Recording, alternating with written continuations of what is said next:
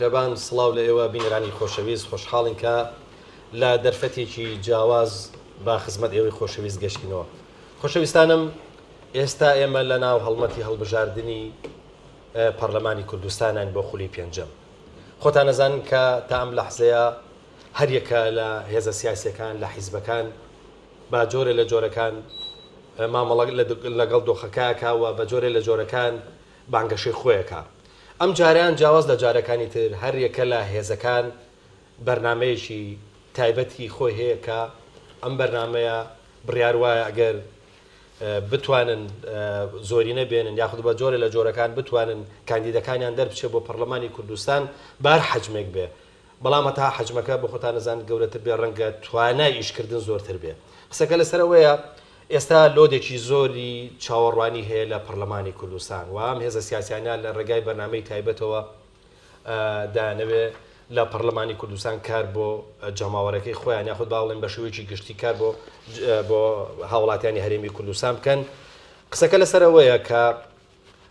ئایا پەرلەمانی کوردستان توانای ئەو لۆدە گەورەی هەیە واتە لە ئاس ئەو چاوەڕوانی گەورەدایە کە هەریەکە لە هێزە سیاسیەکان کە ئێستا بە بەرنمەیەکی گشتگیری و بە بەرنمەیەکی با بڵین قەرەباڵغەوە دانەوێ بچنە پەرلەمانی کوردستان و لە ئایندەیە لە ڕێگای پەرلەمانی کوردستانەوە ئەجەندای خۆ با بڵێن بەرنمەکەی خۆیان جێبەجێ بکەین. یەکێک لەو هێزانە بریتە لە کۆمەڵی ئیسلامی کە بە دروشمی کۆڵ نادەین و بەردەوامین. کۆڵ نادەین بۆ مانای کە لە ڕابردووام هێزە باوەڕی وایە کە ڕابردوویەکی هەیە، پێشینەیەکی هەیە لەوەی کە بە تەواوی پشتی جەماوەری گرتووە و لە بەرەی خەڵکا بووە و تەواوی ئەو ئەجەندا سیاسی و ئیداریانی کە هەیبووە هەر لە مەجالە سیاسیەکە و لە موقیفە سیاسیەکانیەوە بگرە تاکو پەرلەمانی کوردستان و ئەو پشکانەشی کە هەیبووە لە حکوومەت و ئەو بەشداری کە لە حکوومەتا کردوێتی. بۆیە باوەڕی وایە کە لە ڕابردووە کاری باشی کردووە داوای ئەوە کە ئەگەر لە ڕێگای ئەم بەرنامەوە کۆمەڵی ئیسلامی شانسی گەورەتری هەبێ بۆ ئایندە بەرنمەکانی خۆی جێبەجێیەکە و توانێت زیاتر خزمەتی جەماوەری و خەڵکی کوردستان بکە. بۆیە داوای ئەوواکە لە ڕابردووە ئێمە بە شایەتی دۆست و دوژمن لە هەر شوێنێک بووبین، لە هەر سێکتەرێک، لە هەر ئۆرگانێک یاخود با بڵێن لە هەر شوێنێکی هەرێمی کوردستانەوە لە ڕوانگە سیاسەکە و یاخود لە ڕوانگە ئیداری و واروها لە ڕوانگەی یاسادانان و پەرلەمانی شەو بوو بێ ئێمە ئیشی خۆمان کردو چاوەڕێوەکەین کە خەڵک پشتمان بگرێ و هەروەها لەم چۆنەڵی لەم هەڵبژاردنەش ئێمە بتوانین دەنگێکی باش بێنین و ئەگەر دەنگ بێنین ئێمە ئەم بەرنامەیە جێبەجێەکەین. بۆ ئەم بابەتە پێم خۆش بوو گفتوگۆیەکی ئەندازەیە کراوە بکەین لەگەڵ زۆر بەڕێز کاک سۆران عومەر سەرۆکی لیستی 194 کۆمەڵی ئیسلامی. کاک سۆران زۆر بەخێر بێت. و هەروەها مامۆستا بێستون حەمە ساڵح سکرتێری قوتابیانی کوردستان تۆش زۆر بەخێر بێت. و هەروەها کاک ناسە حەمە فەرەج بەرپرسی گشتی سنتەری پێرەپێدانی لاوان زۆر بەخێر بێت. و زۆر بەڕێز بەهرە جەمال چالەکوانی بواری ئافرەتان تۆش زۆر بەخێر بێت. کاک سۆران لەگەر لەو پرسیارەوە دەست پێ بکەین کۆڵ نادەین و بەردەوامین، یانی ئەمە زۆرە وترێتەوە و بە تایبەتی لە ڕاگەاندن وەروە ڕۆژانێ بە گوێبیستی ئەمە بین و لە ناو ئەو پرۆگرامەشەکەیەوە دروستان کردووە ئەو بەرنامەی کە هەتانە ئەم دروشمە هەڵبژێردراوە و ئێوە لە چی کۆڵ نادەن و لە چیش بەردەوامە بن با ئەمە بەناوی خوای بەخشندەی میهرەبان. سڵاو و ڕێزم بۆ مامۆستا باهرە و دکتۆر بێستون و کاک نازیک و بەڕێزت. ڕاستیە ئێمە هەندێک هێز کۆڵیاندا لە پشتیوانی خەڵک و لە داواکانی کە هەیان بوو لە قۆناغێکە و هەندێک هێز بەردەوام نەبوون لەگەڵ ئێمە لەو خولەی کە قۆناغە سەختەکانی مەسەلەی سەرۆکایەتی هەرێم و قەیران و هەندێک پرسی تری سیاسی و چارە نووساز هاتە پێشەوە. ئێمە کۆڵ نادەین لە ئەو مەبادیئانەی هەمانە و لەو چەمک و بڕوایی هەمانە بۆ خۆشگوزارانی خەڵک، بۆ داکۆکی لە مافی ڕەوای خەڵک و بۆ بەرەنگاربوونەوەی زوڵم و ستەم. بەردەوامی شەبیندەوە واتە ئەوەی کە لە ڕابردوو کردومانە باشتری دەکەین و زیاتریشی دەکەین و بەردەوامیشە بین خوا پشتیوان بێ ئەگەر پشتگیری بکرێت بەدڵنیاییەوە چونکە ڕادەی بەردەوامی ئێمە کۆڵمەدانی ئێمە قەبارەکەی پەیوەستە بە ئاستی پشتیوانی خەڵک لەو هێزەی کە کۆمەڵی ئیسلامیە و لە ڕابردووە تاقی کردوتەوە چ لە حکوومەت چ لە پەرلەمان چ لە ئەنجومەنە خۆجێیەکان ئێمە چاوەڕوانیمان لە خەڵکی خۆمان ئەوەیە بە ویژدان و ئینسافەوە بە جۆرێک متمانە بەم لیستە بدەن بتوانین زیاتر لە جارانیان بۆ بکەین. کاک سۆران لە پێشەکی ئەم بەرنامەی لیستەکەتانە هاتووە ئەڵێ لە میانەی بەرنامەی لیستەکەماندا کارنامەیەکی واقعی و سەردەمیانە بۆ نوێنەرانی داهاتوو لە پەرلەمانی کوردستان ئامادە کردووە بەبەستان لە واقعی بوون و سەردەمیانە چیانی ئەمە بۆ واقعی و سەردەمیانەیە لە ڕاستیە مامۆستا پەیوەندی ئێمەمان توانی بەرنامەی 25 ساڵ چارەکە سەدەیەک دابنین هەر کاتێ خەڵکی کوردستان دوای 4 ساڵوتی کوا لە بەرنامەکەتان زۆر شدە بوویەوە جێبەجێتان نەکرد پێی بڵێنەوە هیچ چارەکە سەدەیەکە هیچ 4 ساڵ نییە ئێمە وامان نەکردووە ئێمە دەتوانین بەرنامەی سەدەیەک دابنین لەسەر کاڵەس بەڵام لە ئەرزی واقعات تۆ دەتوانی چەندێک لە 4 ساڵێک کە نوێنەرانێکی بۆ کاندید کرا و دەردەچن و دەچنە خولێکی پەرلەمانی چەند دەتوانی لەو بەرنامەیە و لەو دروشم و بەڵێنانە بەریتە سەر ئێمە بۆ 4 ساڵ بەڵێن لە خەڵک وەردەگرین و متمانەیان لێ وەردەگرین دوای 4 ساڵەکە دەکرێت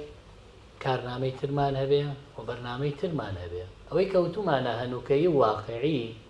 یعنی ئێمە نهاتوین بە خەڵک بڵێین شتی خەیاڵیتان بۆکەین نهاتوین بە خەڵک بڵێین بە 25 ساڵ ئێمە ئەمەتان بۆکەین چکە خەڵک مانگی ئایندە داوا و داخوازی و چاوەڕوانی لە نوێنەرەکانی هەیە هەنگاوی عەمەلی بۆ بنێ بۆ نمونە بەیانی کە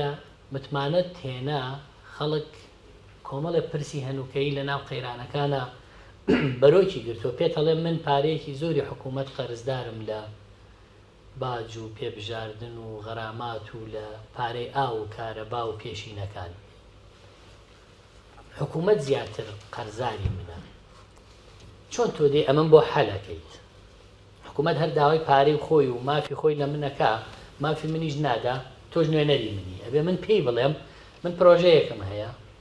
ئەم پرۆژە بە جۆرێکە کە تۆ ئەم پارانەی حکوومەت لای تۆیە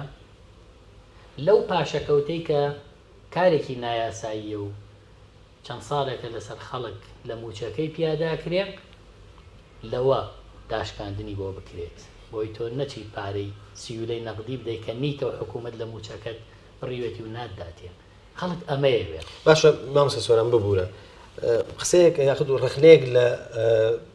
بەرنامەکانە گیرێ بەرنامە حیزبەکانی ژەوەیە کە زۆرتر ینی بەرنامەکان ئەوەنەی کە بۆ بواری جێبەجێکردنە واتە بواری تەنفیزیە ئەوەندە بواری یاسایی نیە بواری یاسادانان نییە لە کاتێکە ئەمە زانین کە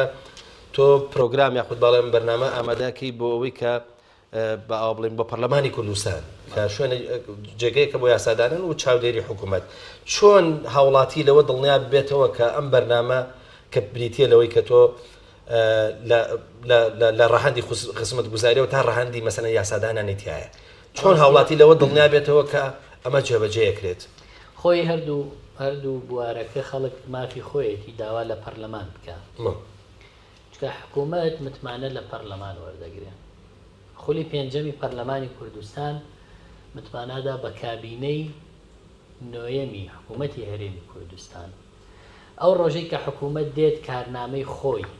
دێنێتە پەرلەمانی کوردستان منێک کە نوێنەری خەڵکم ئەبێ بڕوابهێنم بەوەی ئەم حکوومەتە ڕازگۆیە لەم بەرنامەی کاری کە بۆ 4 ساڵی کابینەکەی هێناوێتێ بەردەستی پەرلەمان تا متمانەی لێوەربگرێ و کاتە متمانەیە دەمێ وەکو چۆن ئێستا ئەم کارنامەیە ئێمە وەکو لیستی 194 کۆمەڵی ئیسلامی دەچێتە بەردەستی خەڵکی کوردستان بە خەڵکی کوردستان ئەڵێن خەڵکینە ئێوە دەنگمان پێ بدەن بۆ ئەم کارنامەیە لە 4 ساڵی ئایندە تاکو ئەمانەتان بۆ جێبەجێ بکەین بیگەێنینە پایان هەوڵی بۆ بدەین بە هەمان شێوە حکوومەتیش دێت هەمان کارنامە دێنێتە بەردەمی نوێنەرەکانی خەڵکی کوردستان دەڵێ ئەوە وەزیرەکانمە، ئەوە سیڤیەکانێتی، ئەمەش کارنامەکەمە، ئەمەش بەڵێنەکانمە، ئێوە وەکو نوێنەرانی خەڵک متمانە بن بەم کابینە با ئەمە بکەم. ئەگەر نەتکرد لێپرسینەوە هەیە، لێپرسینەوەی پەرلەمانی هەیە کە پەرلەمانتار خۆی توانێ ئەنجامی بدا. پەرلەمانتارە بێ بە ئەرکی خۆی هەڵبسێ ئەوەی کە دەسەڵاتی جێبەجێکردن بەڵێنی داوە و نەیکردووە، یاسای و جێبەجێی نەکردو، دیسان ئەرکی پەرلەمانی کوردستانە لێپرسینەوەی لێ بکە. بەڵام ئەم لێپرسینەوەیە لە خولێکەوە بۆ خولێکی تر فەرقی کردووە. هەتا ئێستا بە تەمەنی 4 کابینەی 4 خولی پەرلەمانی وەزیرێک متمانەی لێ وەرنەگیراوەتەوە. بۆ لەبەر عەقڵێتی حکومڕانی، سیستەمی حکومڕانی لە هەرێمی کوردستان خەلەلی گەورەی هەیە. بۆیە ئێمە دەستمان بۆ گۆڕینی سیستەمی حکومڕانی بردووە تاکو سیستەم لە سەرۆکایەتی ببێ بە پەرلەمانی، دەسەڵاتەکان بە شێوەیەکی ئاسۆیی لە نێوان پەرلەمان و دەسەڵاتی جێبەجێکردن دابەش بکرێ و لێ پرسینەوە لە حکوومەت ئاسان بکرێ. پەیڕەوی ناوخۆی پەرلەمانی کوردستانمان داڕشتۆتەوە و پەیڕەوێکی نوێمان داناوە بۆ کاری پەرلەمانی کە لە ساڵی 92 نەگۆڕاوە. دەستەی دەستپاکی وامان لێ کرد دەسەڵاتی دانانی لێکۆڵەری دادی هەبێ بۆ ئەوی دۆسیەکان یەکسەر ئاراستەی دادگا بکرێ، چاودێری نەکا. چاودێری دارایی ماوا لێ کرد لەم خولەی پەرلەمانی کوردستانە 450 راپۆرتی ئامادە بووە کە زۆریان بە هەدەردانی سامانی گشتی تایە، خەلەلی دارایی و ئیداری تایە. ئەمانە دەبێت ئیرادەی سیاسی بە جۆرێک بێ کە تەحویلی لێپرسینەوەی بکە، نەک بیپارێزێ، نەک مەلەفەکانی ون بکە. زۆر باشە ببوورە ئەگەر ڕێگا بەم هاوڕیانشمان بدەین، چونکە هەرێکان نوێنەراتی چینێکی جیاوازەکە بە بەتەیشی دیش خۆتەزانی کابێ ئەم بەرنامەی ئەم با بڵێن ئەم لستانە بە تایبەتی لیستی کۆمەڵی ئیسلامیە بێ جێگای هەموو چینە جیاوازەکانی تا بوو بێتەوە. بۆیە من ڕۆکەمە کاک دکتۆر بێستون محەممەد ساڵا جەنابەت سکرتێری قوتابیانی کوردستانی و تۆ بە خۆتەزانی کە قوتابیانی ژێچێکن لە چینە هەستیارەکەی کۆمەلگاوە چینێکن کە هەمیشە پێویستیان بەوەیە کە خزمەت بکرێن و چاوەڕوانی ئەوەشان لێکرد کە دوجار خزمەت ئەوانش خزمەت بکەن، واتە ئەبێ لە سەرەتای خزمەت بکرێن تاکو ئەوەی کە ئەوانش دوجار بتوانن بەو شێوازی کە خۆیان دانەوێت خزمەتی کۆمەلگاکان بکەن. قسەکە لەسەرەوەیە، پرسیارەکە ئەوەیە بۆ جەنابەت، ئایا لە ناو ئەو بەرنامەی کە لستی ژمارە 104 هەیەی ئەو چینە تا چەند مەسەلەن بۆ منە تومەحەکانی جێگا کراوەتەوە، ئەو ینی ئەم با بڵێن ئەم بەرنامەی ئەم لستە گوزارش لە چینی قوتابیانی ژەکات؟ بەڵێ بەناوی خۆی بەخشندێنی ڕێبان سوپاس بۆ جەنابت و هاوڕێیانی بەڕێزیشم. بڵێ بەرنامەی کۆمەڵی ئیسلامی ژمارە 194 خۆشبەختانە یەکێک لە تەوەرەکانی بریتێ لە پەروەردە و فێرکردن کە بەلای ئێمە بەڕاستی گرنگی خۆی هەیە کە لە کۆمەڵی ئیسلامی کوردستان جیا لە هەموو هێز و پارتەکانی تر لە هەرێمی کوردستان کاتێک سەیری کارنامەیانەکەی زۆر بە ئاماژەیەکی کەم باسی ئەم سێکتەرە گەورەی باری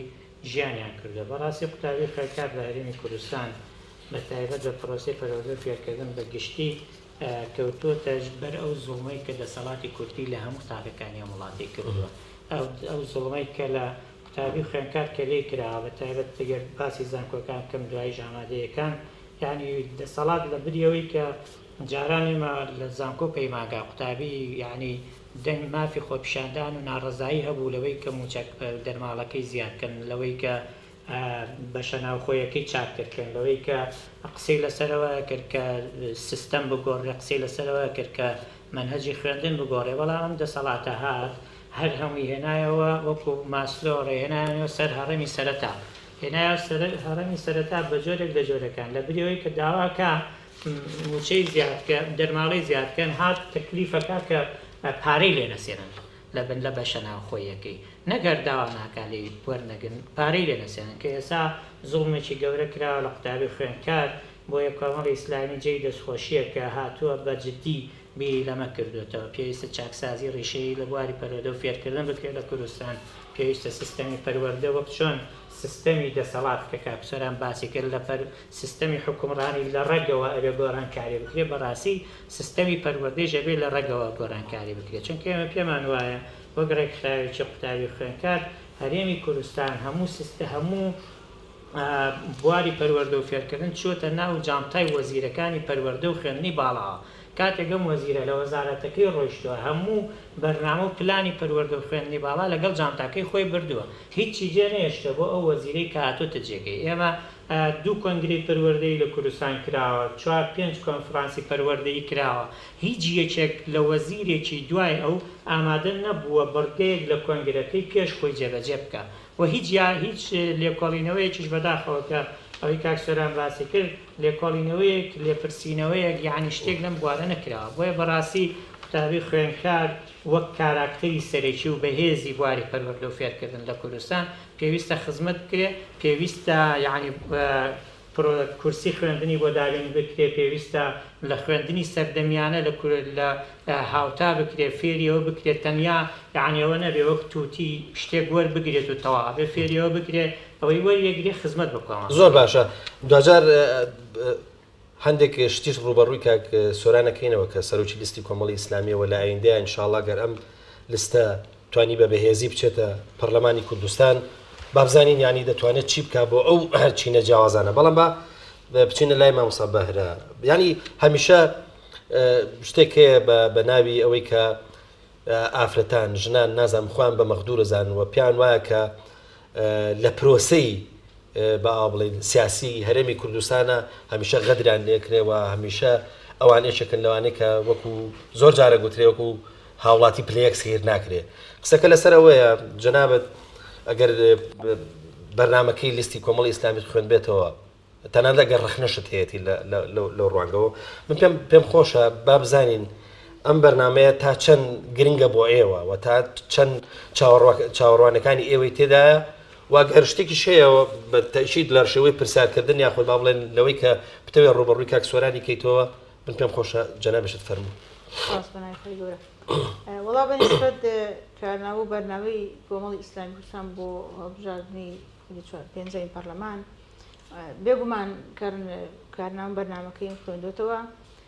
بەتەئکید دەتوانم بڵێم ڕەخنەم هەیە لەوەی کە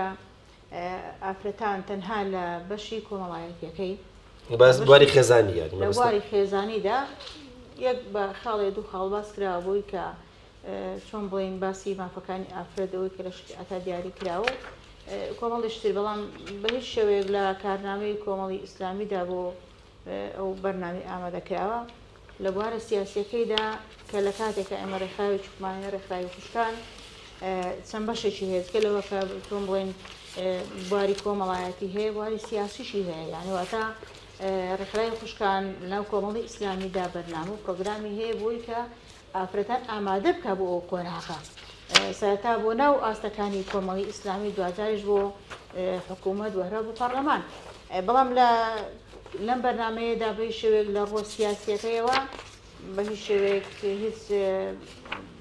شتێکی لەسەر نهاتوە ئەتوانم برێم ئەو بەرنامەی ئامادەکراوی هەڵبژاردننی پەرلەمانی عێراق خاڵی گرنگی تێدا بوو بۆ خوشکان بەڵام لەمەیدا بەداخەوە تێدانە دەبووە خاڵێکی جەوەری هەبووە بۆی کە کۆمەڵی ئیسلامی حیزبێکی سیاسیە ینی دەنگدەر بەشی زۆری دەنگدەرەکانی ئافرەتن بۆ خوشکەرەخرای خوشکانی ئیسلامی ینی خاوەن پێگەیەکی بە تایبەتی لە ناو کۆمەڵی ئیسلامی پێویست بوو یعنی مەفروض بۆی کە بەشێکی خاص تایبەت بە قەزەی ئافرەتی تێدا هەبوایە بەوەی کە ئەو جا بەشەکان جیاواتە لە ڕووی سیاسیەوە دەتوانێت چی بکە بۆ خوشکان بۆ ئافرەتان و لە ڕووی کۆمەڵایەتی دەتوانێت چیان بۆ بکەن ئیلە ئاخیر بەس لە بڕگەی شەشەم ئەگەر ببوورە لە بڕگە کۆمەڵاتێکی کە بە شێوەیەکی گشتی قسە لەسەر مافەکە ینی باز لە پاراستنی مافی ئافرەتانەکە ڕاستە پاراستنی مافی ئافرەت بەڵام ئەو مافە تۆ دەبێت لە پەیڕەوە ڕوونی بکەیتەوە تۆ لەم بەرنامەیەدا بێ باسی چیەکەیت من پێم خۆشە کاک سۆران ینی ئەگەر بێ مەجالێکی بدەین مافی کۆمەڵایەتی ئێوە نییە کۆمەڵی مافەیە بەکو پرسیارێکیش لە کاک سۆران کە سەرۆکی لیستی کۆمەڵی ئیسلامیە ئەوە دەپرسم لە یەکێ لە خاڵەکاندا باسی هەموارکردنەوەی یاسای بەرەنگاربوونەوەی توندوتیژی خێزانی هاتو پێم خۆشە بزانم کاتێک بەڕێستان سەرۆکی ئەو لیستەن و ئەو بەرنامەیە ئەو بەرنامەیە دەبەنە پەرلەمان و کاری لەسەر دەکەن بزانین کوێی ئەو یاسایە هەموار دەکەنەوە واتە وەکو ئامادەکار چی تەعلیق و چ ئەوەیە کە ئێمە وەکو خۆمان وەکو خوشکان نەکرد خوشکانی کۆمەڵی ئیسلامی وەکو سەرجەمی ڕێکخراوەکانی تریش کۆمەڵێک گلەی و گازندە و تێبینیان لەسەر ئەو پرۆژە یاسایە هەیە چۆن پرۆژە یاسایە کاتێک کە لە پەرلەمان دەرەچێ هەتا نەستە ناو ئەرزی واقع ئەو جێبەجێ نەکرد لە دادگاکانە حەز بە کەم و کورتیەکانی ناکەی بۆیە کاتێکە لە ئەستای جێبەجێکردنی ئێستا زۆر ئێمە وەکو ڕێکخراوەکانش پەنجار لە وەرکشۆپمان لەسەر کردووە و لە کۆمەڵێ کۆبوونەوەی گژێرەکە ڕێکخراوەکانی ترا باس کراوە توێژینەوەی لەسەر کراوە بە داداچوونی بۆ کرا کۆمەڵی گرفتمان هەیە بەڵام من نازانم یان پێم خۆش و بزانم ئایا لەستی کۆمەڵی ئیسلامی دەیەوێت چووی ئەم یاسایە هەموارتان باش کاک سۆران ئەگەر ئەو بەڵێ لە ڕاستیە بەرنمەکەی ئێمە لەسەر بنەمای جێندەر دانەنراوە ینی جی جیاوازەی لە نێوان ژن و پیاوە نییە بەڵێ لەسەر بنەمای ڕەگەز دانەنراوە ئەمە بۆ پیاوەکەی نەمەش بۆ ژنەکەی بواری سیاسی ئافرەتی تیا بەدەر نییە بەڵام لەو شوێنەی کە پێویستە جەخت بکەینەوە لە پاراستنی مافەکانی ئافرەت منداڵ باس کراوە و ئێمە ڕەنگە تەفاسیلمان هەڵگرتە بێ بۆ دەقی پرۆژەی هەموار و بۆ هەندێک کاری ترکە لە ئایندەیە لە نێو فراکسیۆن دێتە پێشەوە ئێمە حەقیقەت زۆر شدانرا بوو بۆ مەسئلەی باشکردنی ڕەوشی مافەکانی ئافرەت منداڵ ناوخێزان بەڵام کە تەماشامان کرد هەموو ئەمانە توانین لە هەمواری یاسای بەرەنگاربوونەوەی توندوتیژی خێزانیە جێگا بکەینەوە سروشتی یاسا ژوایە تاکو جێبەجێ نەکرێ هەندێک هەم و کوڕی جاری وایە دەرناکەوێت لە کاتێکا کە یاساکە یاسایەکی نوێیە لە ناوچەکەش ئەگەر تەماشا بکەین یاسایە یاسایەکی تازەیە نەتەوە یەکگرتوەکان و ئەوانەی کە چاودێری ئەو پرسانەکەن سەرسامی خۆیان دەربڕی کە هەرێمی کوردستان هەنگاوێکی باشی بڕیوە ئەو جۆرە یاسایی هەیە ئەم یاسایە کەم و کوڕی زۆرە پرۆژەی هەمواریش پێشکەش کراوە لەم خولەی کە ئێستا تێداین بەرمەبنای تێبینی ڕێکخراوەکانی ئافرەتان و ژنان و خوشکان و خانمان و ئەوانەی کە لە بواری پەروەردەی خێزانی و بەرەنگاربوونەوەی توندوتیژی خێزانی ئاشنایەتیان هەیە تا ڕادەیەکی باش تێبینی لەسەر زۆرینەی بڕگەکانی یاساکە هەیە چکە یاساکە هەدەفی چییە؟ هەدەفیەوە نییە سزا بدا بەسەر ئەندامەکانی خێزانە ئەوەندەی هەدەفێتی توندوتیژی ڕەتکاتەوە یعنی هەدەفەوە نییە باوک بچێتە بەردەم سزا لە کاتێکا کە کێشەیەکی لەگەڵ کچەکەی یا کوڕەکەی یا لەگەڵ منداڵێکی هەیە پیاو لەگەڵ هاوسەر یا هاوسەر لەگەڵ بە هەر جۆرێک بێ بە هەر بارێکا بێ ئەوە حاڵەتێکی تەبیعیە و ئێمە هیچ هەموارێک ناسەپێنین وەکۆی بارەخان بڵێ ئادەی بزانین دەست لە چیەدەن ئێمە پێویستمان بەوەی گوێ لە ڕێکخراوەکانی تایبەتمەند بگرین ئەو کاتە پرۆژە هەموارەکە گەڵاڵەکەین ئەمە مەبدەئی کارنامەی ئێمەیە دەست خۆش کاک ناجەح جەنابەت بەرپرسی دەستگایەکی تایبەتە بە لاوان و پەرەپێدانی لاوان یعنی تۆ بە خۆ دەزانی کە لاو پێگوترێ خوێنی کۆمەلگا ڕۆحی کۆمەلگا و کۆمەلگای کوردیژێکێکە لەو کۆمەلگانەی کە بە کۆمەلگای لاو ناوە برێ بەڵام خۆ تەزانی کە لاوانی ئێمە ئێستا خەریکی سەرهەڵگرتنن ینی ئەم وڵاتە بۆ ئەوان زۆر جارێک گوترێ جۆرە دۆزەخێکە ینی لاوی ئێمە هەست بەوە ناکە کە بوونێکی ساخلەمی هەیە هەست ناکا بەوەی کە لە ژینگەیە کاژی کە لانی کەم ئەو فترە زەمەنەیە کە هەیەی ئەو تایبەتمەندی کە هەیەی کە بریتە لە لاو ناتوانێتکو لاوێک بژی ناتوانێتکو لاوێک مەسەرەن بۆ منە ژانی خۆی ڕێک بخا قسەکە لەسەرەوەیە جەنابەت کە ئێستا لێرە نوێنەراتی باوا بڵێن لاوانەکەی بە بڕوای تۆ کاکسۆران ئەوەی ڕوون کردەوە کە لەسەر ئەساسی جەندەری ئەم ئەهینە دانەنراوە ئەم بەرنمەیە واتە جیاوازی بکات لە نێوانی پیا و ئافرەت بۆ پیاوان بڵێ ئەمە ئەرک و مافی تۆیە بۆ ژنانش بڵێ ئەمە ئەرک و مافی تۆیە بەڵکو زیاتر شتێکی ئینسانی وەکو مرۆڤ سێت تەماشامی کردووە بەس قسەکە لەسەرەوەی ئێوە چاوەڕوانێکتان هەیە لە ئەم بەرنمەی لیستی ژمارە 194 کۆمەڵی ئیسلامی کە هێشتا بڵێن سەرۆکی لیستەکە لێرە دانیشتووە. بەناوی خۆی بەخشندە سەرەتا سڵاو و ڕێز و حرمەت بۆ جەنابتان و کاکسوران و تەواوی هاوڕێکانم. ڕاستی بەرنامەی لیستی 194 کۆمەڵی ئیسلامی بەرنمەیەکی مکمل و تەواوە و ئێمە پێمان وایە وەکو سنتەری پەرەپێدانی لاوان یەک بەیەکی خاڵەکان خزمەت بە لاوانی کوردی و لاوانی کۆمەڵگاکەمان دەکات. چکە بە حەقەت دروستە ناکرێتەوە ینی کە دەوترێت لاو لە کۆمەڵگایەکە یا هەر خاڵێکی سوودمەند لە بەرنمەکەی هەر بەرنمەیە ئەحزابێکا بێ و بە تایبەتی ئێمە کە باسمان لا لیستی 194 کۆمەڵی ئیسلامیە بەر لە هەموو کەسێک لاوان لی سوودمەندە. مانای وایە ئێمە پێمان وایە گەرم بەرنامەی کۆمەڵی ئیسلامی و لە داهاتوو تایبێتە بواری جێبەجێکردن هەر ئەوەی کە بەڕێزت باست کرد ناومێدی لە لای لاوان دەڕەوێتەوە و لاوان وڵاتی خۆیان بەجێدەڕن و ئەم وڵاتیشان لا خۆشەویست دەبێت. ئەوە چییە وا دەکات لەوەی کە لاو سەری خۆی هەڵبگرێت تطبیق نەکردن و جێبەجێ نەکردنی ئەم بەرنامانەیە کە لە پێش هەڵبژاردنەکانەوە دادەندرێن چونکە تاوەکو ئێستا کۆمەڵی ئیسلامی نەچوەتە دەسەڵاتێک بەرنامەی خۆی تطبیق و جێبەجێ بکە. بەرنمەیەکی واقعیشی داناوە بۆ کۆمەڵگەکەشی داناوە بەو پێی کە کۆمەڵی ئیسلامی هەمیشە لە بەرەی شەقامدا بوو و لەگەڵ خەڵکدا لەسەر جادەکانە بوو لەگەڵ خەمی خەڵکدا بووە و لە ناسۆری خەڵکەکانیشی زانیوە سۆنەرێکی ئەو خەڵکەی و ئازارەکەی چەشتۆ چۆن سۆنەرێک وەرەقەی ئازارەکەت بۆ ڕادەکێشە و تەشخیصی دەکات ئەوە خودی کۆمەڵی ئیسلامی و لە بەرنمەکەی ئازارەکانی خەڵکەکەی ڕاکێشا و بە تایبەتیی خودی گەنجەکان مانای وایە ئەمە پێمان وایە گەر کۆمەڵی ئیسلامی بگاتە دەسەڵات و متمانەی خەڵکی خۆی بەدەستبێنێەوە خەڵکی هەرێمی کوردستان بەدەستبێنێ وەفاءن بۆ هەڵوێستەکانی ڕابردووی کە بە بەردەوامی وەک تاکە حیزبێک بە هەڵوێست لەگەڵیان داماوەتەوە دڵنیاین لە داهاتوە گەنجی خۆشگوزەران و گەنجی خۆشبەخت لەم هەرێمەی ئێمە سەر هەڵدەدات. ئەو کاتە و گەنجانێکی بڕوامان وایە ئەو گەنجانێکی سەری خۆیان هەڵگرتەوە ڕویان کردێتە وڵاتێک کە هیچ ئومێدێکی لە چاوەڕوان ناکرێ ئەگەری گەڕانەوەیان هەیە بۆ خۆشگوزەرانی ئەم وڵاتە چونکە ئەم وڵاتەمان پڕە لە داهات پڕ لە خۆشگوزەرانی بەڵام بۆ دیار نامێنێ لە بەرەوەی دەسەڵاتدارانی پێش و بۆ بەرژەوەندێ سیاسیە تاکیەکانی خۆیان بەکاریان هێناوە. یعنی تەسەورەکەی کاک پەیوەند لە پێناو کڕینی یەک دەنگا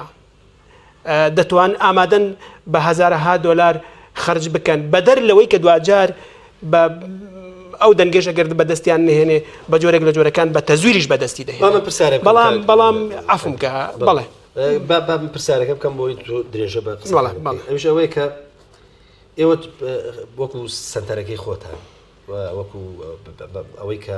ئاگاتان لە معاناتی لاوان هەیە ئێوە پرۆژەیەکتان ئامادە کردووە بۆ نمونەگەر کۆمەڵی ئیسلامی بە چۆنەڵی متمانەی خەڵکی وەرگر و چۆ پەرلەمانی کوردستان ئێوە وەکو ئەمە چۆنەڵی وەرەقەیەکی ئامادەتان هەبێ پێشکەشی ئەوانکەن بۆی لەو ڕێگایەوە دۆخی لاوان لە هەرێمی کوردستانە باش بکەن چونکە ئێوە وەکو وتم نوێنەرایەتی چینێکی زۆر هەستیارەکەن ینی کە بریتە لە لاو ینی بریتێ لە گەنج ئێوە چیتان کردووە بۆەوەی کە سبێنێ بڵێن ئەمە وەرەقەی ئێمە یاخود با بڵێنەوە پرۆژە ئێمە بۆ لاوان لە هەرێمی کوردستان بەبێ جیاوازی ئەگەر ئێمە چوونە پڕ ئێمە بەداخەوە دەیڵێم لە ڕابردوو لە 4 ساڵی ڕابردوو پرۆژەیەکماندایە وەزارەتی ڕۆشنبیری و لاوان کە وەزارەتێکە تایبەتمەندە بە کێشەکانی لاوانەوە ئەم پرۆژەیە لەو کاتە ئاراستی ئەم وەزارەتەمان کرد کە کۆمەڵێک لاو بە لێشە وڵاتەکەی خوانیان بەجێ دەهێڵا مە داوای بەستنی کۆنفرانسێکمان کرد بۆ ڕێگریکردن لەم بابەتە و بۆ چارەسەرکردنی ئەم حاڵەتە یعنی کە دوجاریش حاڵەتەکە بووە دیارکە کەواتە ئێمە ئەگەر کاتێک کە کۆمەڵی ئیسلامی لە دەسەڵاتانە بووی بۆ ئاراستەی لایەنێکی دیکەمان کرد بێ بە خەمی لاوەکانی خۆمان بێگومان پرۆژە گەلێکی زۆر هەیە کە دۆستەکانی خۆمان براکانی خۆمان ئەحزابەکەی خۆمان بچێتە دەسەڵات و دوجاریش من مطمئنم لە بەرنمەکانی لیستی 194 کۆمەڵی ئیسلامیدا ئەوە هەیە کە خزمەت بۆ باتەگەەوە ئێمەش لە خەمی لاوەکانی کۆمەڵگاکانمان بەردەوام لەسەر خەت دەبین لەگەڵیانەوە کێشەکانی لاوان و فرمێسکەکانی لاوان ئاراستەی ئەوان دەکەین بۆ چارەسەرکردنی ئەوە بەڵام یەک خاڵکە ویستم باسی بکەم مەسەلەی دزیەکەی ڕۆژە ڕەشە دزیەکەی 12/5 ئەوەی کە خیانەتی گەورە هیچ فەرقی نیە لەگەڵ 16 ئۆکتۆبەر و سیوێکی ئابوو ئەو بابەتانەی دیکە چکە ئەوانە بە ئاشکرا هێزێکی بێگانیان هێنایە وڵاتەکەمان ئەوانە بە ئاشکرا چۆنەڵی ئەم وڵاتەیان پڕ کرد لە ڕەشی لە مێژووە کەواتە 12 فەرقێکی ئەو تۆی نییە دەنگی ئێمەی هاوڵاتی گەنجی ئەم وڵاتەیان دزی لە پێناومانەوەی خۆیان لە دەسەڵاتدا کەواتە لەبەر لەم بەرنامەی لیستی 1994 کۆمەڵی ئیسلامیە چارەسەری ئەو بابەتش دەکات ئێمە پێمان وایە ئەو دزینە بۆ ئەوەیە لە پەرلەمانی کوردستاندا خەڵک نەچێتەوە ڕۆژی تەنگدان کە بە تەئکید ئەم ڕۆژە دووبارە نابێتەوە بۆیە داوامان لە گەنجانە و داوامان لەسەر جەمچین و توێژەکانی هەرێمی کوردستانە سینۆ نەکەنە ڕۆژی 12 بە دڵنیایەوە دەنگەکانیان لای خۆیان پارێز زۆر باشە منی وادارم کاک سۆران بە جۆرە لە جۆرەکان وەکو ملاحەزە لە لای خۆی بنووسە ئەوەی ژەوەیە کە ینی 12 وەکو کاگناجە باسی کردوتی ڕۆژە ڕەشەکە ئەوەی کە دوهجار ینی دەنجی هاوڵاتیش ئیرادەی هاوڵاتیش تەزویرەکرێت قسەکە لەسەرەوەیە زۆرینەی هاوڵاتی ئەم قساکە کە هەڵێ ئەم جارش تەزویر ڕوەداوە بۆ حەجمە گەورە ڕوەدا و هیچ گۆڕانکاریێک نییە من حەزەکەم جەنابە دەگەر بە پرسیارە کاک پەیوەند بۆی هەر ببێتە گفتوگۆ قسەکەی من لەسەر ئەوەیە کاک سۆران لاوانی ئەمڕۆی کۆمەڵگەکەی ئێمە هەڵبژاردننی سینۆ بە 12 سیر دەکەن یعنی کۆمەڵی ئیسلامی دیاریکراوی پرسیار من ئەوە دەڵم کۆمەڵی ئیسلامی چ متمانەیەک دەدا بە گەنجانی ئەم وڵاتە ئەم کۆمەڵگەیە کە دەنگەکانی سینۆیان هەر بە هاوشێوەی 12 بە هەدەر ناڕوە زۆر باشە دکتۆر بێسون وەکو وتمان قۆناغێکەیە بۆ فێرخواز یا با بڵم بۆ خوێنکار یا بۆ قوتابی کە پێویستە خزمەت بکرێت یعنی حەقی خۆیەتی لە تەواوی دنیا سروشتی پەروەردە بەو شێوەیە خوێندکارە تاکو ئەگاتە ئاستێک تاکو لە پرۆسی خوێندن ئەچێتە دەرەوە خزمەتەکرێت وهروەها دواتر ئەو خزمەتی خۆی پێشکەش بە وڵاتەکە کاتەوە قسەکەمان لەسەر ئەوەیە کە جەنابەت ئەوە ڕوون کردەوە کە خوێندکاری ئەم وڵاتە قوتابی ئەم وڵاتە لە چ معاناتێک ئاژی بەس پێم خۆشە لا ئێوە چ چاوەڕوانێک هەیە بۆ لیستی کۆمەڵی ئیسلامی و بە دیاریکراوی کە وەکو وتمان سەرۆکی لیستەکە لێرەیە لەوەی کە ئێوە دەتانەوێت پرۆژەیەکتان هەیە مەسەلەن لە داهاتووە بیدەنە دەست ئەم فراکسیۆنەوە بڵێن ئێمە ئەمە داواکاریمانە بۆ ئەوەی کە ئەوەی کە کاکسۆران وتی سبێنێ ئێمە متمانە بە حکومە دەدەین ینی خواستەکانی ئێوەش بچێتە ناو ئەو بەرنامەیە کە کۆمەڵی ئیسلامی پێشکەشەکە هیچ نەبێت لەسەرەوە متمانە بە حکوومەتی داهاتووە دات وڵای کاک پەیوەندیمە هەستەکەم خواستەکانی ئێمە چۆتە ناو بەرنامەی کارنامەی لیستی کۆمەڵی ئیسلامی کە یەکێکە لە تەوەرەکان کە 11 خاڵی لەخۆ گرتووە پێم وایە زۆرینەی هەرە زۆری پێشنیارەکان لەلایەن ئێمەوە جێکراتۆ سپاس بۆ برا و پشکانی کەوەیان ئامادە کرد بەڵام من بە بڕوای من ئێمە لە کۆمەڵی ئیسلامی و ئێمەش لە ڕێکخراوی قوتابیانی کوردستان کە یەکێکین لە ئۆرگانەکانی حیزبە پێویستمان بەوە نییە پرۆژە بدەین چونکە ئێمە بە عەمەلی سەلوێنی ئینشاءڵڵا ئەگەر کۆمەڵی ئیسلامی گەیشتەوەی کە بتوانێت یعنی خۆی بچێتە دەسەڵاتیان متمانە بدات بەکردەوە وەک چۆن بەکردەوەی پەرلەمانتارەکانمان بەکردەوەی خەڵکەکانمان لە حکوومەت توانیمان سەرکەوتە بەدەستبێنین نەتوانین بەکردەوە بیسەلوێنین ئێمە لە کۆنگرەی پەروەردەیی بیرمە لە 2007 هاتین لەگەڵ برای بەڕێزم ماوەسە عەمەد گڵپی پێکەوە ئەندامی کۆنگرەی پەروەردەیی بووین لە هەولێر هاتین ئێمە ڕەخنەمان کرد لەو کۆی ئەو سیستەمەی هێنرا کوردستان کە نە سویدی بوو نە فنلەندی بوو نە ئەفغانی بوو هیچ نەبوو یعنی شتێک بوو کۆمەڵی خەڵکیان هێنا و هەندێک یعنی جوانیان کرد و هێنان بەڕاستی پرۆژە لە کوردستانە ئێمە وەک کاکسۆرانیش جەنابەت پرسیارە کرد لە کاکسۆران کرد داواکان بەرنامەکانی لیستەکان بە تایبەتەوەی کۆمەڵ زۆربەی تەنفیزیە نەیاسایی ئێمە لە وڵاتی ئێمە نەگرفتی یاسامان هەیە نەبوونی یاسا نەگرفتی نەبوونی پرۆژەمان هەیە ئێمە نەبوونی عقلی سەلیممان هەیە بۆ ئەوەی بتوانێت بەڕێوەبەرایەتی حکومەت تەنفیزی ئەوە بکە بەڕاستی ئەوەی کە ئێمە پێمان وایە ئەبێ کێشەکانی قوتابی و خوێندکار بەڕاستی ڕووخانی بینایەک لە هەڵەبجەی تازە ئامادەییەک لە هەڵەبجەی تازە شەیدکردنی خوێندکارێک لە کاتی ڕێستێکی 5 دقەی بڕاتە سێبەری بینایەک بمرێ پێی یعنی ئەمە ئەگەر هیچ پرۆژەیەکی ناوێ ئەگەر عەقڵەکان ببیسن بەداخەوە ئەمانە نابیسن بەداخەوە ئەمانە زۆر بەڕاستی یعنی هیچ شتێکیان نێشتێتەوە من پرسی ینی بۆ لیستی ئێمە کە کاکسۆرانی شاڵا بە دەنجێکی زۆر باش ئەچێتەوە ناو ئەو پەرلەمانە و خولی پێنجەم ئەچێتەوە کورسی پەرلەمانەوە کۆمەڵە هاوڕێی هاوڕێکان یا ئیشاڵا کە من تەمەناکەم زۆرینەی هەرە زۆریانە گەر هەمویان دەرنەچن دەربچن بێگومانە بێ یەکێک لەوانە کە شتی تازە دروست شتی تازیان هەبێ کە هەمیشە پێشەنگ بوون لەمە یەکێک لەوانە پێش متمانەدان بە وەزیرەکانی بە وەزیرانی هێنە پەرلەمان پێویستە ئەمان داوا لە وەزیرە پێشەکان بکەن وەک پەرلەمان پێشەوەی حکومت بێت و سەرۆکێک بێت و کارنامە بخوێنێتەوەوانە ئەمان یعنی داوای لە سەرۆکایەتی پەرلەمان بکەن بە داوایکی پەرلەمان بێن هەموو پلانی وەزیرەکانی پێشوو بێننەوە پەرلەمان یعنی بێگومان ئێستا وەزارەتی وا هەیە پلانی 5 ساڵی هەیە کاکە پلانی 10 ساڵی هەیە ئەم پلانە 5 ساڵیان 10 ساڵیە 4 تەواو کردو 4 و چەند مانگێکی تەواو کردووە 6 ماوەتەوە وەزیرێکی کەیەتەوە شەشەکە زەڵی سفر دەکاتەوە لە 4 ترەوە دەست پێەکە بۆ یە گرنگە لیستی کۆمەڵی ئیسلامی کە ئێمە ئینشاڵا بە پرۆژەش پێیانە دەین ئەمە بکەنە ئەجندایەکی یعنی ئەجندای خۆیان بێن داوان پەرلەمان داوا بکات لە وەزیرەکانی پێشوو پێشەوەی موچەکەی تەقاوتێکی بکەنەوە 7 مانگ و نازانم چەندێکی پێ بدەن و تەکریمەی بکەن و بینێرنەوە بڵێ کاکادێ پلانی وەزارەتم پێ بڵێ ئەمە دوو پێویستە هەر وەزیرێک دووبارە کرایەوە یان بەگشتی پێویستە سەرەتا ئەوان داوای هەڵسەنگاندنی پێشووی یعنی بێن داوای بکە پەرلەمان شتێکی تر ئامادە بکە وەزیرەکانی پێشوو ئەوەی کە دووبارە بێتەوەیان نا هەڵی بسەنجێنێ بزانێ ئایا ئەم هەڵسەنگاندانی ئەم وەزیرانە چۆن بوو و هەروە ئەمەش بەگشتی ڕاستیشە بۆ ئەوەی کە کارنامەی گشتی پێشووی حکومەت کاکە ڕەنگە ئەو حیزبی اینجارە حکومەت تشکیلەکاتەوە هەمانەوەی پێشوو بێت یان هەمانە و 2 3 و 4 چەندەی پێشوو بن ئایا کارنامەکەی پێشووی ئەم حکومەتە چی لێ هات باش و بۆچی جێبەجێ نەکرا و چی بکەین بۆ ئەمەی زۆر باشە مامۆستا بەهرە تو بۆ خۆت دەزانی کە ئینشاڵڵا کۆمەڵێک لە نوێنەرانی ئافرەتان لە ڕێگای لستەکەی کۆمەڵی ئیسلامیەوە لەگەڵ هاوڕێکانیان ئینشاڵڵا چنە پەرلەمانی کوردستان بەس قسەکە لەسەرەوەیە کە ئێوە لە داهاتووە چ چاوەڕوانیەکتان لە لیستی کۆمەڵی ئیسلامی هەیە کاچنە پەرلەمانی کوردستان ئەتانەوێ ئەم لیستە خدا بڵێن ئەم پۆلە لە هاوڕێکانتان کە چنە پەرلەمانی کوردستان لە پیاوان و لە ژنان چی بۆ ئافرەتان بکەن وڵا بە سفەتی چاوەڕوانیکردن لە لیستی کۆمەڵی ئیسلامی ئێمە پێویست ناکە بۆی کە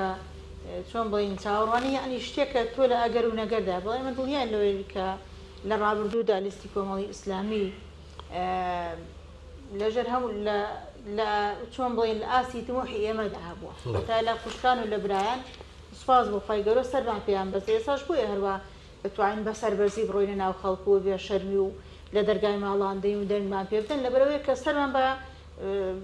ئەوانەی کە ئێستا لە پەر لە خولی چوارەمدا سەرمان پێیان بەرزە لەبەرەوەی کە لە زێر لە ئاسی تمۆحی خەڵکیشدا بنە هەر خەڵکی ئێمەی خوشکانی کۆمەڵی ئیسلامی وەکو لە ئاسی تمۆحی جەماوەی کوردستاندا بوون ئەوە دەستخۆشیانی دەکەین بۆ نسبەت داهاتوودا من ئەویان لێ چاوەڕوان دەکەم و لەوانەشە پرۆژە یاسایەک یاخود بە جۆرە لە جۆرەکان ئێمە تەڵەبی ئەوە بکەین لە پەرلەمانی داهاتوو کە هەمواری یاسای کۆتای ژنان بکاتەوە ئەو یاسای کۆتای ژنان کە دیاری کراوە لە 130 بۆ پەرلەمانی کوردستان و 125 بۆ پەرلەمانی بەغدا وەکو ڕێکخراوەکانی ژنان بەگشتی و ئێمەی ڕێکخراوی خوشکانی ئیسلامی کوردستان تۆحی ئەومان هەیە کە لە داهاتوودا کار لەسەرەوە بکەین بە هاوکاری خوشکان و برایانمان کە هاوکارێن دەچنە پەرلەمان ئەو یاسا هەموارکەنەوەتە ئەو یاسایە هەر بۆ پەرلەمان نەبێ واتە بۆ حکوومەت و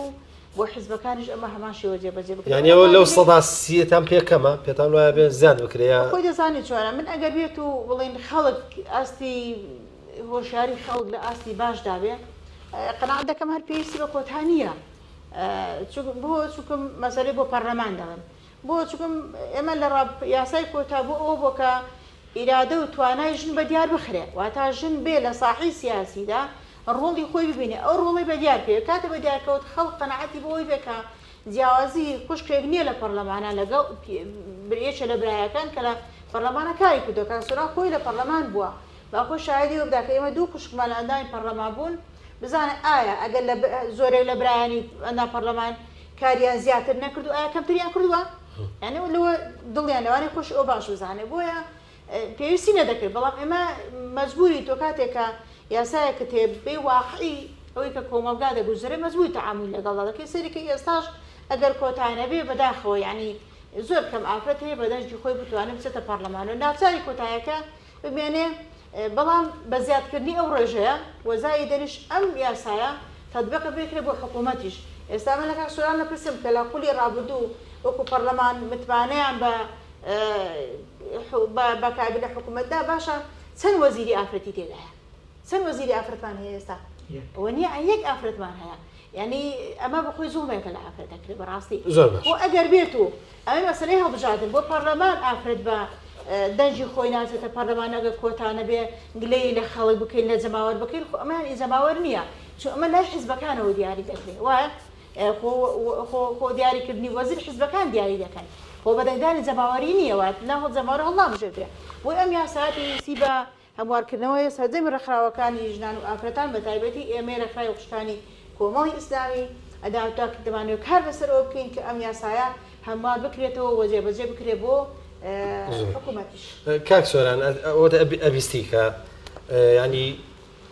وەکو لە پێشەچێکە شاوتم لۆدێکی زۆری چاوەڕوانی هەیە بۆ پەرلەمانی کوردستان تەنانەت ئەوەی کە حکوومەتیش نایکات لەبەرەوەی هاوڵاتی دەنجی پێ ناگا، بەڵام لە پەرلەمانی کوردستان هاوڵاتی ئەتوانێت بەشداری بکواتە نوێنەرەکانی خۆی هەڵبژێرە. ئەو نوێنەرەی کە نێرێ بۆ پەرلەمان چاوەڕوانی ئەوەی لێ ناکا بە تەنها بەس یاسای بۆ دابنێ، بە یاسای بۆ هەموارکاتەوە بەس چاودێری حکوومەتکە، بەڵکو ئەوێ کە مکوڕەکانی کە لە حکوومەتی شایە ئەو جێبەجێیکە. قسەکە لەسەرەوەیە ئەم ینی پەرلەمانی کوردستان تحملی ئەو چاوەڕوانە زۆرەکە یاخود دەتوانێت لە ئاستی ئەو چاوەڕوانە زۆرەدا بێ؟ بەڵە خۆی بەشێکی لە هەڵمەتەکانی هەڵبژاردن لیست و کاندیدەکان ئەو هەموو چاوەڕوانی هەڵەواسن بە پەرلەمانە. ئەگەر نا پەرلەمان ئەرکەکەی وازە دوو ڕۆڵی سەرەکیە، یاسادانان و چاودێری. شوێنی نوێنەرایەتی ئەم دوو ئیشاکە. ئەم دوو ئیشە لە وڵاتی موسەساتیە زۆر ئاسانە. بەپێی پێویستبوونی واقعەکە یاسا دەرەکە و بەپێی ئەدای حکوومەت و چاودێریەکە. لای ئێمە حکوومەت وێرانە لە دۆڵێکە و خەڵکیش لە گوزەرانێکی خراپایە. یاساش بەداخەوە لە هەرێمی کوردستان ئەوەی لە بەرژەوەندی خۆیان نەبێ جێبەجێی ناکەن، ئەوەی لە بەرژەوەندی خەڵک بێت ئەیخەنە ئەو لاوە. بۆ یەرکی پەرلەمان زۆر قورس بووە، یعنی ئەوەی کە ئیشی تەنانەت بەڕێوەبەرێکە بێ پەرلەمانتارێک خەریک بێت تا ئیشەکەی بڕوە هی هاوڵاتیەک. یعنی ئیشی لە فەرمانگەیەکە لە ئاستی حکوومەتی خۆجێیی لە شارێکە نەخێر لە قەزایەکە لە ناحەیەکە ئیلا بێ پەرلەمانتارێک خەریکی بێت تاکو و جێبەجێ بکرێ ئیشەکەی. لەبەرەوەی حکوومەتێکی خراپ بووە، حکوومەتێکی داڕزاو بووە، حکوومەتێک بووە پابەند نەبووە بە بەڵێنەکانی خۆی و کارنامەکەی خۆی. ئەمە هۆکارە. بۆیە خەڵک کاتێک کە دەستی ناگا بە وەزیر و بە حکوومەت و خۆ پیشاندانەکە وەڵام نادرێتەوە دەچێتە بەردەرکی ئەنجومەنی وەزیران کەس نابینێ، پەرلەمان وانە و پەرلەمانتاری جوانە. ئەهر کاک سۆران توا ببوورە، ینی هاوڵاتی بۆیە نوێنەرەکانی خۆی هەڵەبژێرێ، بۆیە لە ئێستا مەسەل متمانە بە لست و قەوارەکانەدا بۆ خۆی ئەزانێ کەس بینە ناگاتە حکوومەت و ناتوانێت چوادێری حکوومەت بکە، ناتوانێت بچێتە ناو بینای مەسەلەن بۆ نمونە ئەنجومەنی وەزیرانەوە. بەڵام ئەم ڕۆڵادا بە نوێنەرەکانی خۆیان و ئەم ڕۆڵادا بە پەرلەمانی کوردستان. ینی ئەم چاوەڕوانی هاوڵاتیش حەقی خۆی نییە لەوەی کە سبینێت داوای ئەوەی لێ بکا کە ئەگەر حکوومەت موچەی ببڕێ بچێ بەردەمی پەرلەمان بەگرێ بڵێ کاکە ئێوە چیتان کردو بۆی کە موچەکە بەدڵنیاییەوە خەڵک مافی خۆیەتی نوێنەرەکانی هەموو شتێکی بۆ بکەن، بەڵام دەبێت ئەوەش بزانێت ئەوە بەتەنیا ناکرێت. خەڵک دوای دەنگدان نوێنەرەکانی پشت نەگرێ و ئامادە نەبێت لەگەڵ هەنگاو بنێ. ینی زۆر جار کاک پەیوەند ئێمە پێویستمانەوە بووە خەڵک پشتیوانیمان بکە بۆی سەدای بەرزتر لە ناو پەرلەمانە هەبێ بۆ هەندێک داخوازی. بەڵام خەڵک هەر پێی وابێت تەنها پەرلەمانتارەکە کافیە نا. میدیا وەکو دەسەڵاتێک زۆرجار پێویست بۆ بۆی پشتیوانی ئەم دۆسیەیە بکات تا بچێتە پێش. خەڵک بە هەمان شێوە ڕێکخراوەکانی کۆمەڵگەی مەدەنی بە هەمان شێوە. من وەبەستەکەم لەوەیە. ئەگەر نا بەڵێ هەموو کارێکی خەڵک نوێنەرەکانی ئەبێ مشوری بخۆن، بە تایبەتتر لە هەرێمێکی کوردستانە کە 27 ساڵە خەڵک ئەچەوسێنرێتەوە، مافی ئەخورێ، مافی پێشێ لەکرێ، حکوومەتێکی بێگوێیە، حکوومەتێکە بێباکە، حکوومەتێکە مافی بە نەک مافی نەداوە بە چێوی توێژەکان ئەو مافەشی هەیەیان بۆ لێی زەوت کردوون لێی بڕیون ئەمە خەڵک مافی خۆیەتی بەڵام حکوومەت لە هەموو دنیا سروشتی بەو جۆرەیە مل بۆ چاودێری مل بۆ لێپرسینەوە نادا زۆر ڕقی لە پەرلەمانە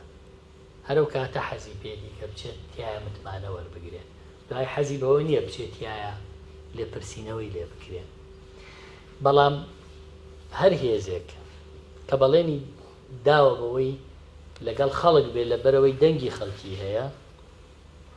دوایی پشتی تێنەکا گرنگە پشتیوانی بکرێت خۆمەگەر پەرلەمانتارانی دەسەڵات بە تەعیندانن راون هەر بە دەنگی خەڵک هاتوون یعنی هاوڵاتیە کە داوایەکی هەیە لە هەر شوێنێکی ئەم هەرێمی کوردستانە دەنگی بەر کەس دابێ مافی خۆیەتی یەخەی یەکێکی پەرلەمانتارەکان بگرێ بڵێ وەرن سەیری شار و گوند و قەزا و ناحیەکەمان کە بزانن پێداویستیەکانی چۆنە بێ ئەو بچێ یەخەی حکوومەت بگرێ بڵێ تۆ چۆن ئەمەوە ناکەی بۆ ئەوەیان بۆ ناکەی ئەم جا گرفتێکی ئەم خولەی ئێمە ئەوە بوو بەشێک لە مەطالیبەکانی خەڵک ساڵانە لە بوجا جێیەکرێتەوە لە ماوەی مانگێکە تۆ پلانی 11 ساڵ لە بوجەدا ئەنەی خەڵک ئیدی لەوێەوە مافەکانی خۆی لە ڕووی دارایی لە زۆر بواری ترا دەست دەکەوێت حکوومەت فێریەوە بوو بوجە نەهێڵێت و نەیهێنێتە پەرلەمانی کوردستان تەقلیدێکی خراپ و نەریتێکی خراپ بوو بەڵام دوجار ئێمە کۆڵمان نەداوە ئێمە لە بێگوێیی حکوومەت سارد نەبووینەتەوە و بە تەنیاش بوو بێتین هەر ئەوەمان کردووە کە لەگەڵ هێزەکانی تریشا پێکەوە کردومانە ئەگەر بێمە سەر هەندێک ویستم ئەوەی مۆزوعی ئەوەی کە هاوڵاتی هێشتا گومانێکی گەورەی هەیە لەوەی کە ئەم پرۆسێژ ڕوبەڕووی تەزویری گەورە بێتەوە هیچ شتێک لە مۆزوعەکە ناگۆڕە حەزەکەم ئەوەی کاگنازی هەوتی 12/5 لە ڕاستیە 12/5 جیاوازیەک هەبوو ئەویش ئەو سیستەمە بوو کە خەڵک دەنگی پێدا بایۆمتری ئەم جارە بایۆمتری نییە بەڵام ئەمە مانای ئەوە نییە کە ڕێگای تەزویر و فێڵ لە خەڵککردن گیراوە هەمومان باشتر روشتی ئەم دوو هێزە ناسین کە حکمی ئەم وڵاتیان جڵەو گرتووە خۆیان بەسەریا سەپاندووە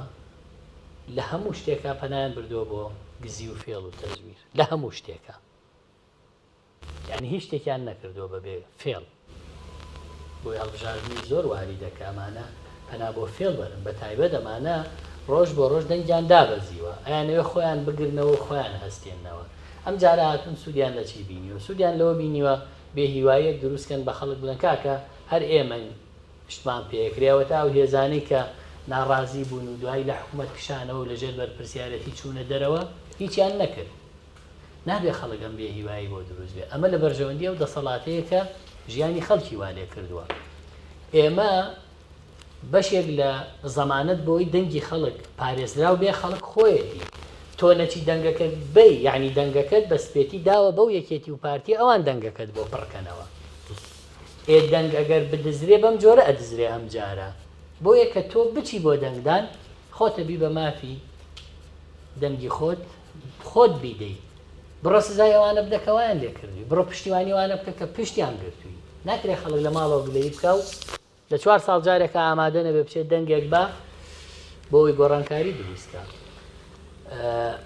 سەبارەت بە بەزەگەر کورتی کەیتەوە کاک سۆران چونکە تەنها چەند خولێکێک ماوە کاک ناجەهیش خەریکە گلەی لێکا لەوەی کە ئەڵە یەک جار شانسم هەبوو قسەکە باجارە هەر وەزیرێک دێت ئەوەی کە کابینە یا وەزیرەکەی پێشوو کردوێتی کاک دکتۆروتی زۆر ڕاستە ئەوە بێپلانی و بێبەرنامەیی حکوومەتە کە پلانی استراتیجی وەزارەت بۆ ماوەیەکی کەم دانراوە ئەو وەزیرە کە ڕۆشتووە ئیتر کەس نەبووە لێی بپرسێتەوە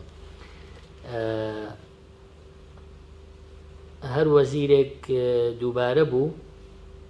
هەڵبسەنگێنرێ بزانرێ ئەم وەزیرە کاکە زۆر سەرکەوتوو بۆ چارجارێتر بێتەوە پەرلەمان بە دڵنیاییەوە ئەوە ئاکەین هەمواری یاسای کۆتا ئەوەی بۆ ئافرەتان دانرا وەڵام من ومێدەکەم ئافرەتان بۆ خۆیانەوە بشکێنن پێویستیان بە کۆتانە بێت بەڵام وەکو خات و بەهرەشت هێشتا لە کۆمەڵگەیەکان زۆرینەی ئافرەتان دەنگ بە پیاوەدەن ئەوە قەزەیەکی کەلتوریە بێ کاری لەسەر بکرێکە چۆن لە بەرنامەیەشکە گوتم کۆتا برێن چۆن بڵێن کودەتا بەسەریدا خۆشببختانە لەم خولەشە کۆمەڵێکی زۆر لە ئافرەتانی هاتوون بەبێ کۆتا هاتوون بۆ حکوومەتیش کۆتادا بنرێ لە ڕاستیە ئەوە بێ لە لایەنەکان گلەیە بکرێ کە کاتێک پۆستە حکومیەکان کاندیدی بۆ پێشکەشەکرێ ئافرەتان مافی خۆیانە داوای پشتی خۆیان بکەن ئێوە لە وەکو بۆن پەرلەمان ناتوانێت بۆن بەتابەتی فراکسیۆنی کۆمەڵی ئیسلامی ناتوانێت ئەم جارە لە خولی ئەمجا ئەم مبادرەیە بکە بیکاتە مەرز لەسەر حکوومەت وەنیە بۆی کە مەرجی تەشکیلکردنی حکوومەت هیچ شتێن نیە حکوومەت پابندکە بێت چەند وەزیر ئافرەت بێت چەند وەزیر پیاو بێ بەڵام ئەکرێ هەر یەکە لە لایەنەکەی خۆی ئەگەر بەشداری حکوومەتی کرد بە هەر پۆستێ بە پشتی ئافرەتانی زۆر باشە کاک ناجەحگەر بەڵام تکایە بە کورتی چووکە چەندها وازم سێ خولێکێکم لە ئەوانش ڕەنگە پرسیاریانە بێت نا بەسەر چاو بەسەر وەکو شتێکی ئەوە من بە شوازێکی نهێنی بۆ منووسی دەگەر ناوەکو شتێکی مافیەوەیە یەکجاروانە دوای سێری کەرەوە یەکجارەکەی تۆش بە قەدەر دووجار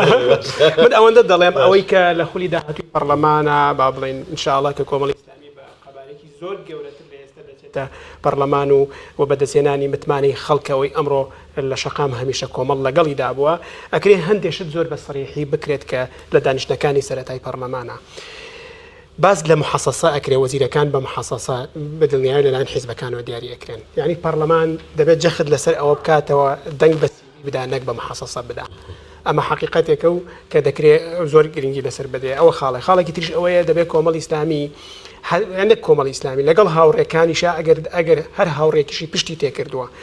یعنی ئیشی سەرەتایان ئەوە بێ هەتاوەکو ئەم سیستەمە نەگۆڕدرێ نەبێتە سیستەمێکی پەرلەمانی بەدڵنیایی هیچ شتێک چارەسەر ناکرێت ئەوە خاڵێکی تریش ئەوەیە هەتاوەکو حکوومەت پشتی لە پەرلەمان پشتی لە دراوسەکەی کردووە کە پەرلەمانە و لە یەک حوشەدان هەتاوەکو وانە بێ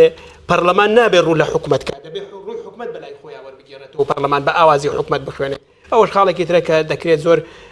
لە سەرەتاوە ئیشی لەسەر بکرێەوە دەبێ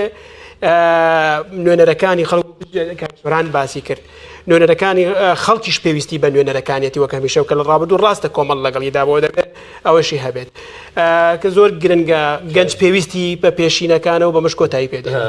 زۆر باشە بەداخەوە ینی نەمتوانی جارش کە بێمە بۆلایەوە سوپاسانەکەم بە هەرێکە لە بەڕێزان کاک سۆرا عومەر سەرۆکی لیستی کۆمەڵی ئیسلامی بۆ پەرلەمانی کوردستان کاک بێستور حەمە ساڵح سکرتێری قوتابیانی کوردستان و ناجە حەمە فەرەج بەرپرسی گشتی سنتەری پەرپێدانی و بەهرە جەمال چالەکوانی بواری ئافرەتان دەسا خۆش بێ و زۆر سوپاسانەکەم بەڵام خۆشەویستان بەم جۆرە گەشتینە ئەم گفتوگۆیەش تاکو و گفتوگۆیەکی دیکە هەمووتان بەخوای گەورە ئاسپێر بخواتان لەگەڵ